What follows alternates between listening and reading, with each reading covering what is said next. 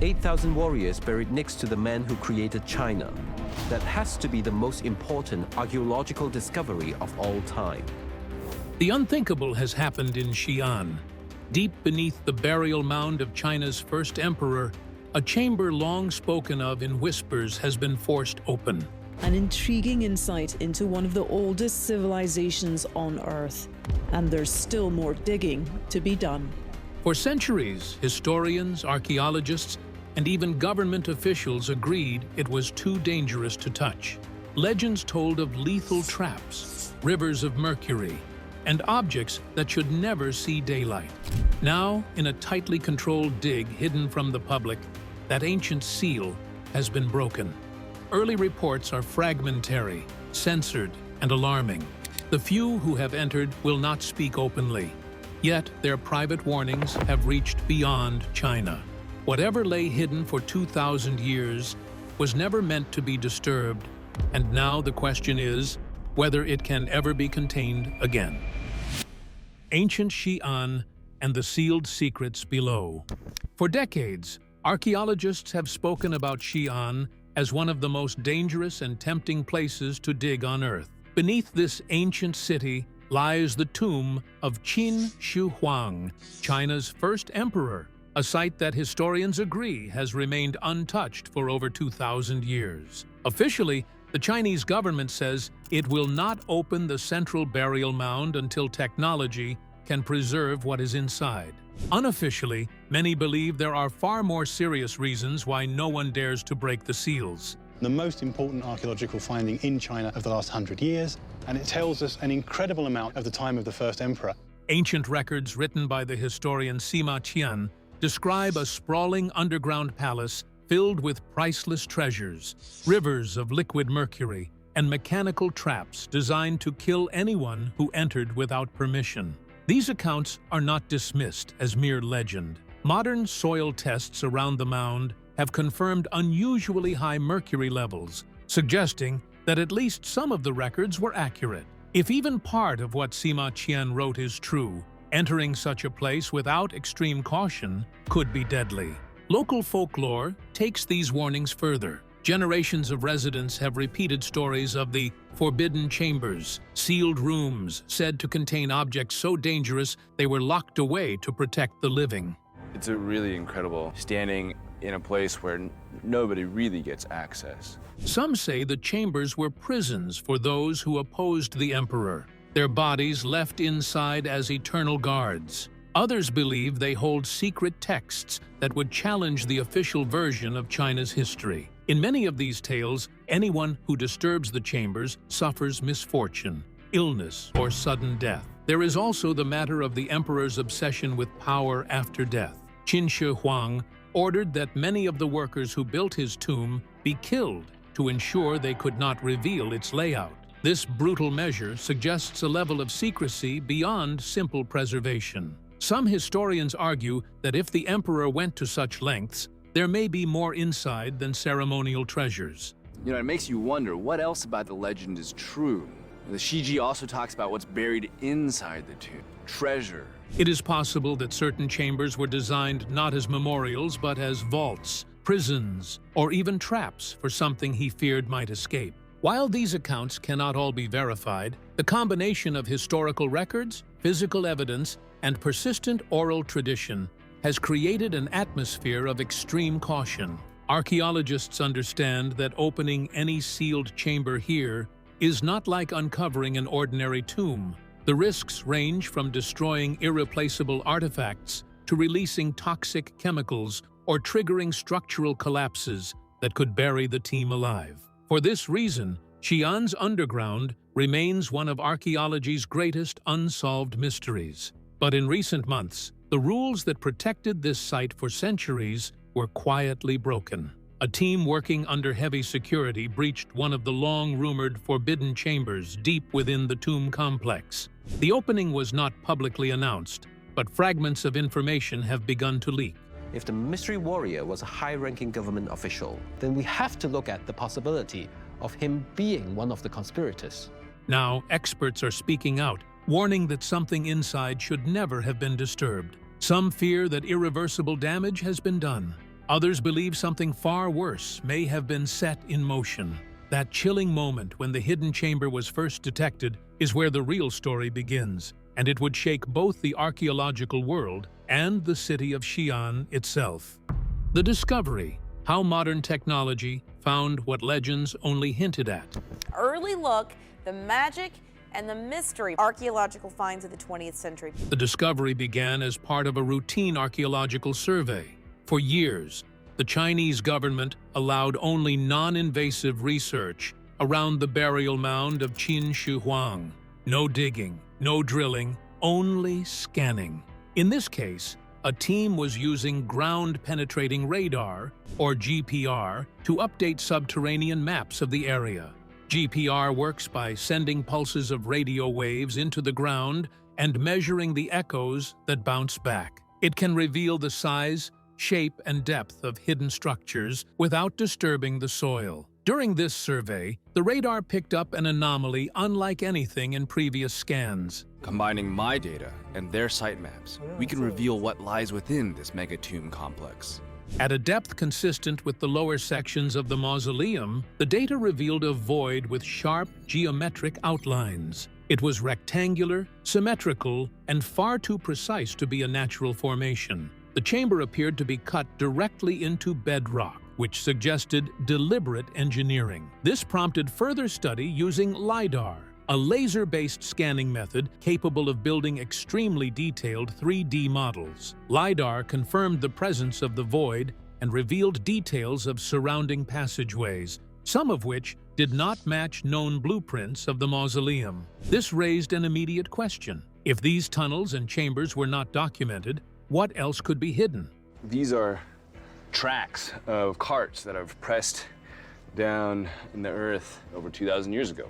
The real shock came when a seismic survey was conducted to study density variations in the soil. Seismic imaging uses controlled vibrations to create a kind of underground ultrasound. The results showed strong magnetic anomalies inside the chamber, as if large amounts of metal or unusually dense materials were stored there. For a site associated with legends of rivers of mercury and mechanical traps, this was an alarming sign.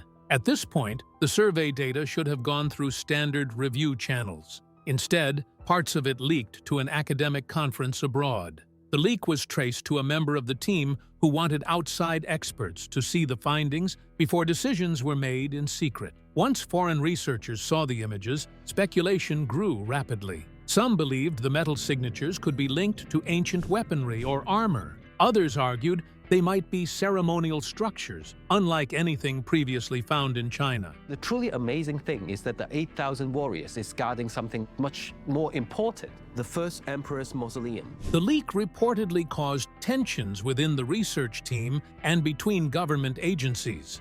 The official position was still that the central tomb should remain sealed. However, behind closed doors, discussions began about what it would take to reach the chamber. Some argued that leaving it sealed would mean ignoring one of the most significant finds in Chinese history. Others insisted that opening it could trigger irreversible harm or release something dangerous. The debate would not last long. Once the data proved the chamber existed, a quiet decision was made to move from detection to direct access. The next step was preparing the site for an operation that would break through 2 millennia of untouched history. Yet, as excitement grew, so did a troubling undercurrent, one of warnings, hesitation, and outright fear from those who understood the risks. First warnings. Experts beg authorities to leave it sealed. That were found surrounding the burial site of China. These artifacts date all the way back to 770 BC. Inside the closed-door meetings that followed the detection of the chamber, the first voices of caution came from within China's own archaeological community. Several senior researchers urged that the chamber remain sealed until better preservation methods could be guaranteed. They reminded decision-makers that once an ancient environment is opened, it changes instantly. The oxygen, light, and humidity from the outside world can destroy fragile materials in hours. Artifacts that have survived intact for centuries can crumble to dust in less than a day if the conditions are not perfectly controlled. One specialist in ancient preservation warned that the chamber's contents were likely to be far more vulnerable than the terracotta army, which was already found in open-air pits. 8,000 warriors buried next to the man who created China. That has to be the most important archaeological discovery of all time. Here, in a sealed and untouched space, even the smallest disturbance could lead to rapid oxidation of pigments, metals, and organic remains. He emphasized that no amount of regret could undo such damage. There were also geological concerns. The chamber was not isolated. The radar and seismic scans suggested it was connected to a network of underground tunnels and side rooms. Breaching one part of that system could shift the balance of weight and pressure in unpredictable ways. A single miscalculation could trigger collapses in nearby sections, burying whatever was inside and possibly trapping anyone working there. Toxicology was another issue that surfaced early. Ancient texts describing rivers of mercury had long been dismissed as exaggeration, but soil testing had already confirmed high levels of mercury around the tomb. It's a vast pottery army which is slowly being unearthed from the tomb where it's lain for more than 2,000 years. If the chamber contained concentrated deposits, opening it could release dangerous vapor. One of the team's environmental scientists quietly suggested the possibility of ancient pathogens, dormant bacteria, spores, or viruses sealed away in perfect preservation for thousands of years. No one could say for certain what would happen if they were exposed to fresh air. There was also an unspoken but powerful cultural dimension to the hesitation. Within the group, several members referenced traditional Confucian respect for the dead.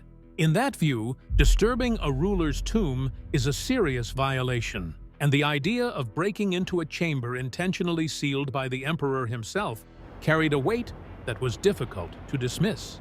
Alongside the scholarly arguments came murmurs of imperial curse legends, stories in which those who broke the seal of a tomb met sudden and unexplained misfortune. The warnings were clear in their intent, even if they were expressed in careful, measured language. They advised delay, they advised caution, and they made it clear that once the seal was broken, there would be no way to put things back as they were. Despite the warnings, momentum and perhaps pride drove the mission forward, leading to a shocking moment. The opening, a chilling, slow build of tension. Each individual stone soldier has been given his own distinct features that even centuries later. Once the decision was made to breach the chamber, the atmosphere at the site shifted into a controlled but intense operation. The work area was cordoned off with high fencing, and only essential personnel were allowed through. Security checkpoints ensured that no unauthorized recording equipment entered the zone. The entire process was handled in silence, except for the necessary instructions given by team leaders. Before any attempt to open the seal, a perimeter of temporary structures was assembled. Decontamination tents were placed at the entrance to the work zone. Inside these tents, protective suits, gloves, and respirators were issued to every person going in. Air monitoring devices were installed to detect any sudden change in gas composition once the chamber was breached. The technical process began with a precision drilling stage. Diamond-tipped drills were used to create extremely small perforations in the stone seal. Through these openings, fiber optic cameras were carefully inserted to capture the first visual evidence of the interior. The images that returned were grainy but unmistakable in their suggestion that the space had been untouched for centuries. Thick layers of sediment lined the floor, and strange shapes reflected faintly in the camera light. Specialized instruments were then deployed through the same micro-perforations to measure air pressure, humidity, and potential chemical hazards. Readings confirmed that the air inside was under slightly higher pressure than the outside environment. The composition contained unusual traces that required further lab analysis, although nothing immediately lethal was detected. The findings were enough to maintain full protective gear protocols. Once the preliminary scans were complete, the team moved to the breaching phase. Hydraulic jacks were positioned to apply slow, even pressure to the heavy stone blocks that formed the seal.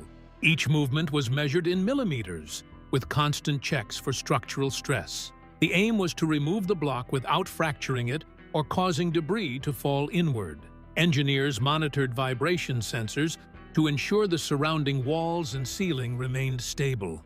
When the first block finally shifted, the sound was a deep, grinding echo that seemed to travel through the entire chamber complex. As a gap appeared, a rush of stale air escaped. The smell was sharp and metallic, mixed with a faint scent of decay.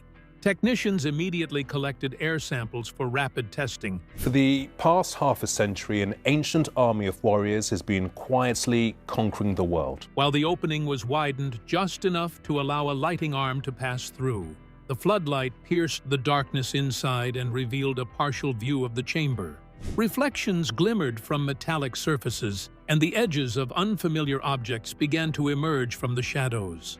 The sight drew complete silence from the observers. Some stepped back without realizing it. Others leaned forward, their eyes locked on the space beyond. Everyone understood they were looking at something that had been hidden from the world for over 2,000 years. This is the Terracotta Army. 8,000 warriors buried over 2,000 years ago. What that light revealed would take the mission from cautious exploration to an entirely different level of shock. What they found inside: artifacts that shouldn't exist. The first clear view into the chamber was unlike anything the team had expected. Positioned along the walls were rows of objects that at first glance resembled ceremonial statues. However, their faces did not match any known style from the Qin dynasty. Instead of the idealized and disciplined expressions common in Qin art, these figures had distorted and grotesque features. Mouths were open in silent screams, eyes bulged unnaturally, and the proportions of the faces were subtly but disturbingly wrong.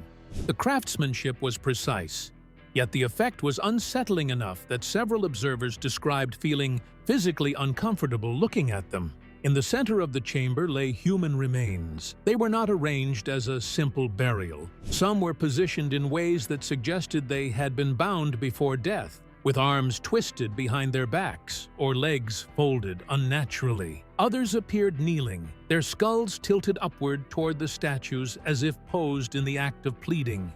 The state of preservation made it difficult to tell whether these people had been buried alive or executed before being placed here, but the arrangement was deliberate and grim. New technology has advanced the precision with which archaeologists have been able to piece together. Among the artifacts were large metallic objects with surfaces unlike any other examples from the period.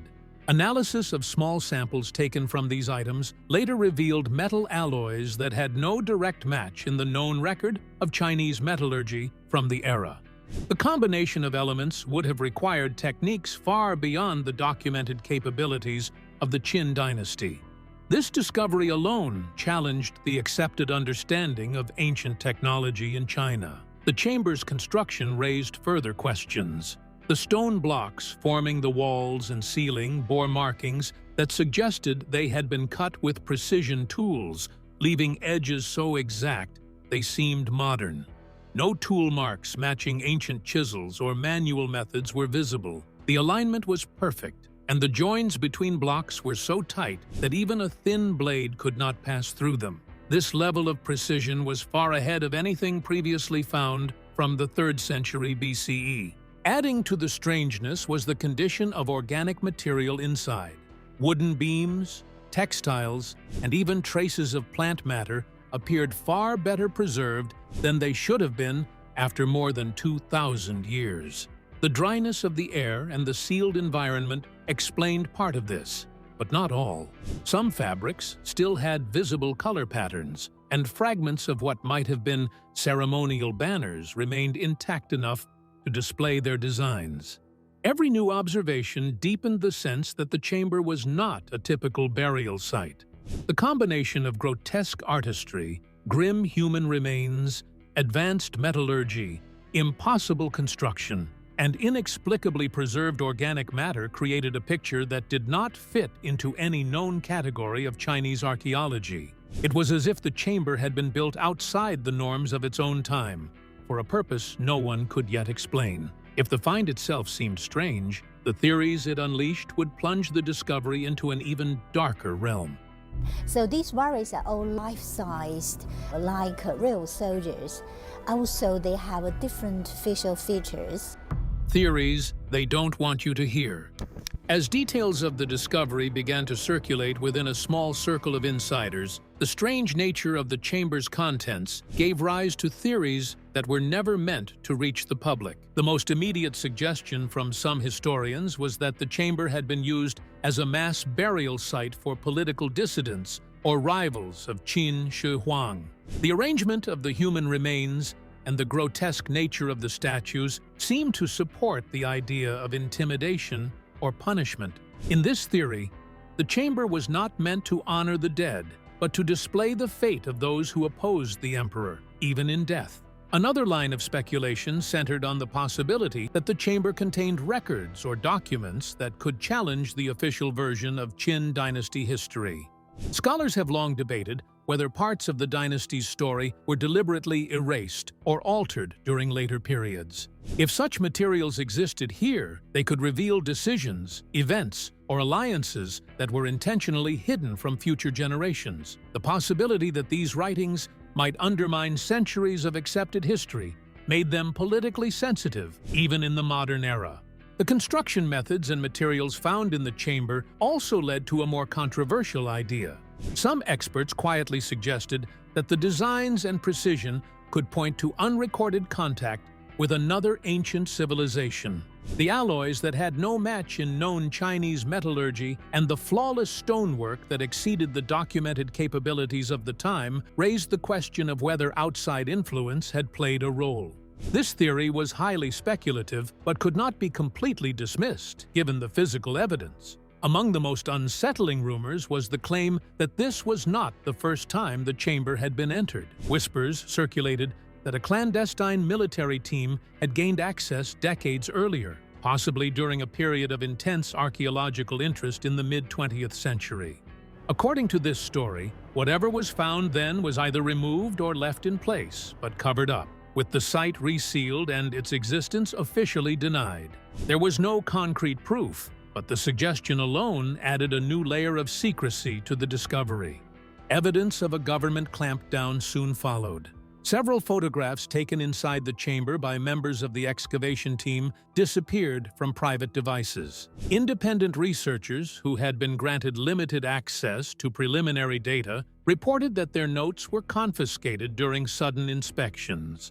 Even among those who had been involved in the operation, there was a clear warning not to share information beyond approved channels. These theories, though unverified, gained strength in the absence of transparency. Each piece of withheld evidence seemed to confirm that there was something in the chamber that officials did not want widely known. As speculation spiraled, the scientific community could no longer ignore the gnawing sense that something had gone terribly wrong. Fear, controversy, and calls to reseal the chamber. When the first credible accounts of the chamber's contents began to surface beyond China, I think this story rewrites the history of the birth of China, today one of the most powerful nations on Earth. They immediately reached senior figures in the international archaeological community. The reaction was swift and deeply divided. Within days, emergency meetings were held at major archaeological institutes. Directors gathered their top experts to review the limited data available and assess both the scientific opportunities and the potential risks. The private discussions quickly turned to questions of safety, ethics, and the long-term consequences of disturbing the site. Foreign experts expressed alarm over the possibility of irreversible cultural loss. They argued that without a complete and controlled preservation plan, the exposure of the chamber's fragile contents could result in their rapid deterioration. Some specialists in conservation warned that even the most advanced restoration techniques could fail if the objects were destabilized too quickly. The warnings emphasized that this was not just a Chinese issue, but a matter of global heritage. Health and safety concerns were just as strong. Biohazard specialists pointed to past archaeological incidents where ancient pathogens had been released during excavations. Cases of severe illness linked to mold spores from Egyptian mummies and collapses inside sealed tombs in South America were raised as cautionary examples. For these experts, the unknown chemical and biological conditions inside the Xi'an chamber presented an unacceptable level of risk to the excavation team and potentially to the surrounding area. Cultural heritage activists added another layer of criticism, accusing the team of desecration. They claimed that opening the chamber violated both the cultural rights of the Chinese people and the principles of respectful archaeological practice. That was really fascinating part of my archaeological career. For these activists, the decision to proceed was not an act of scholarship, but one of exploitation, risking sacred heritage for political or personal gain. The controversy was intensified by the parallels being drawn with past disasters in archaeology. Specialists recalled instances where irreplaceable artifacts crumbled within hours of exposure, or where entire burial complexes collapsed due to mishandled excavations. These examples were presented as stark warnings of what might happen if the Xi'an chamber's stability was underestimated. As the debate continued, a strong movement began to demand that the chamber be resealed. Academics and preservationists argued that the chamber should be closed off again until the technology and resources to protect it were beyond question. Some even suggested filling the breach with new stone to restore the seal as closely as possible to its original state. Yet, in all the debates and outrage, one question loomed largest. Why had the chamber been sealed so tightly in the first place? Why it was sealed, and what could happen next. From one of the terracotta warriors, the sculptures dating back to 200 years before Christ. In the days after the chamber's opening, a small team began re-examining ancient records with renewed urgency. Passages from Sima Qian's histories and other lesser-known texts were studied line by line, looking for clues that might match what had been found. Some of these writings hinted that certain rooms in the emperor's burial complex were not meant as ceremonial halls, but as containment spaces. They spoke of prisons without doors and of guards who do not breathe, phrases that in the past were dismissed as metaphor. Within the current context, those words were read with new meaning. Environmental analysis of the chamber's air and soil samples added to the unease. The laboratory reports documented not just high traces of mercury, but the presence of unusual compounds that did not match any known environmental profile for the region. These substances were unstable when exposed to light and oxygen, breaking down into other potentially harmful forms. While the official reports described them in purely chemical terms, members of the testing team later admitted in private that they had no clear idea of the long-term risks. Then there were the incidents on site. 2 members of the excavation team reportedly fell ill within 48 hours of the chamber being opened. Their symptoms were nonspecific: fever, dizziness, and disorientation, but serious enough to require immediate evacuation. The official explanation was heat stress, but others on the team quietly questioned whether the cause might be linked to their time spent inside the sealed environment. Equipment malfunctions also began to occur without warning. In some cases, devices that had been working minutes earlier shut down completely once positioned near the chamber entrance. These events led senior figures to an unsettling conclusion. The chamber's seal may not have been designed to protect what was inside from the outside world. It may have been meant to protect the outside world from whatever was inside. The perfection of the stone joins, the depth at which the chamber was built, and the complexity of the access routes all suggested a defensive purpose. It was as if the builders had gone to extraordinary lengths. The terracotta warriors was found accidentally To ensure that nothing from within could ever leave. Now, with the seal broken, there is no certainty about what may happen in the weeks, months, or years ahead. What had been trapped in darkness for more than 2,000 years is no longer entirely contained, And for those who have seen the chamber with their own eyes, there is a growing belief that something has already begun to change. And now, with the barrier gone, there may be no turning back. What do you think about this hidden chamber? Feel free to share your thoughts with us in the comments section. Want more videos like this? Then subscribe to the channel for more eye-opening stories. Thank you so much for staying with us till the end. See you in the next video.